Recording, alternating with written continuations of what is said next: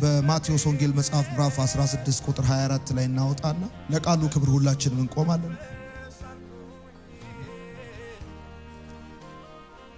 በጌታ በኢየሱስ ክርስቶስ ስም የእግዚአብሔርን ቃል እንደዚህ ያነባለሁ። ከዚያም ኢየሱስ ደቀ መዛሙርቱ እንደዚህ አላቸው፣ ሊከተለኝ የሚወድ ራሱን ይካድ፣ መስቀሉንም ተሸክሞ ይከተለኝ። ነፍሱን ሊያድን የሚፈልግ ሁሉ ያጠፋታል፣ ነገር ግን ነፍሱን ስለኔ የሚያጠፋት ያድናታል። ከፍና አርግ መጽሐፋችን እኔ ምለውን ከኔ ጋር በል። እግዚአብሔር ሆይ አመሰግናለሁ፣ ቃልህን እወደዋለሁ፣ ካንተም እማራለሁ።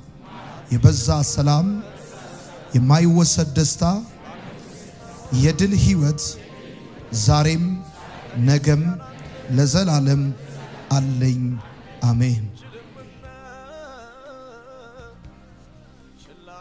ዛሬ በኢትዮጵያ አዲስ ኪዳን ካህናት ቤተክርስቲያን እና በማርሴል ቴሌቪዥን ይህን ፕሮግራም የምትከታተሉ የምንካፈለው የእግዚአብሔር ቃል ሐሳብ በማቴዎስ ወንጌል መጽሐፍ ምዕራፍ 16 ቁጥር 24 ላይ ያለውን ጌታ ኢየሱስ ለደቀ መዛሙርቶቹ የተናገረውን ሊከተለ የሚወድ ራሱን ይካድ የሚለውን ሐሳብ ይሆናል። ይሄ አሁን ያነበብኩላችሁ የእግዚአብሔር ቃል ሐሳብ ጌታ ኢየሱስ ለደቀ መዛሙርቱ የተናገረው በጣም ብዙዎቻችሁ የምታውቁት፣ ያነበባችሁት፣ ያስተማራችሁት፣ የተማራችሁት እንደሆነ ተስፋ አድርጋለሁ። በክርስትና እምነት ውስጥ አንድ በጣም የተለመደ የሚነገር የሚሰጥ ትምህርት አለ። እሱም ሰው ጌታ ኢየሱስን እንዲቀበል ራሱን እንዲክድ ዓለምን እንዲክድ ይጠየቃል። ጌታም በዚህ ስፍራ ሲናገር ለደቀ መዛሙርቶቹ ይሄኛው 16ኛው ምዕራፍ ነው። ከዚህ ቀን በፊት ብዙ ጊዜ አብረውት ቆይተዋል። ከጌታ ጋር ወጥተዋል፣ ገብተዋል። ከጌታ ጋር በልተዋል፣ ጠጥተዋል። የአገልግሎት ተልእኮ ተሰጥቷቸዋል። በልዩ ሁኔታ ከጌታ ጋር ህብረት ማድረግ ከጀመሩ ሰነባብተዋል።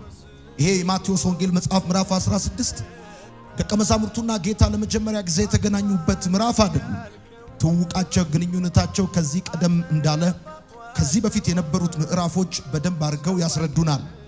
ታዲያ ጌታ ኢየሱስ ክርስቶስ አብረውት እየመጡ ላሉ ከቤተሰቦቻቸው ከዘመዶቻቸው ለተለዩ ስራቸው ለተው እንደ ማቴዎስ አይነት እንደ ጴጥሮስ አይነት መረባቸው ለጣሉ እንደ ያዕቆብ እንደ ዘብዴዎስ ልጅ እንደ ዮሐንስ ወንድም አይነት በጣም ታዋቂ አሳ አጥማጆች ለቤተ መንግስት አሳ አቅራቢዎች የሆኑ እነዚህን ሁሉ ደቀ መዛሙርቶቹ የሆኑትን ወደ እነሱ ዞሮ እንደዚህ አላቸው፣ ሊከተለኝ የሚወድ ቢኖር ራሱን ይካድ ብሎ እንዳላቸው የእግዚአብሔር ቃል በዚህ ስፍራ ይነግረናል። ታዲያ ለደቀ መዛሙርቱ ጌታ ኢየሱስ ክርስቶስ ከተወሰነ ጉዞ በኋላ ራሳቸው እንዲክዱ ነገራቸው።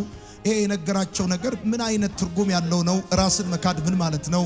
ለምንድነው ራስን ስለመካድ ጌታ በዚህ ስፍራ የነገራቸው የሚለውን ነገር ዛሬ በተወሰነ መልኩ እንነጋገራለን። ወዳጆቼ እንድታዩት የምፈልገው ሐሳብ ምንድነው? ራስን መካድ ምን ማለት ነው የሚለውን ሐሳብ ነው። ሊከተለኝ የሚወድ ቢኖር ብሎ ጌታ ሲናገር ልክ እሱን ለመከተል እንደ ቅድመ ሁኔታ ያስቀመጠው ሐሳብ ነው። ራስን ካድና እኔን ተከተለኝ ብሎ ጌታ ኢየሱስ ለደቀ መዛሙርቶቹ ይሄን ሐሳብ ሲነግራቸው ማቴዎስ በቆንጆ ሁኔታ ዘግቦልናል። ስለዚህ በዚህ ጉባኤ ያላችሁ በማርሴል ቴሌቪዥንም ይህን መልእክት የምትከታተሉ ወገኖቼ ራስን መካድ ምን ማለት ነው የሚለውን ሐሳብ በተወሰነ መልኩ ዛሬ እናያለን። ራስን መካድ ማለት ራስን መጣል ማለት ግን አይደለም። ራስን መካድ ማለት ምን ማለት ነው የሚለውን ከማየታችን በፊት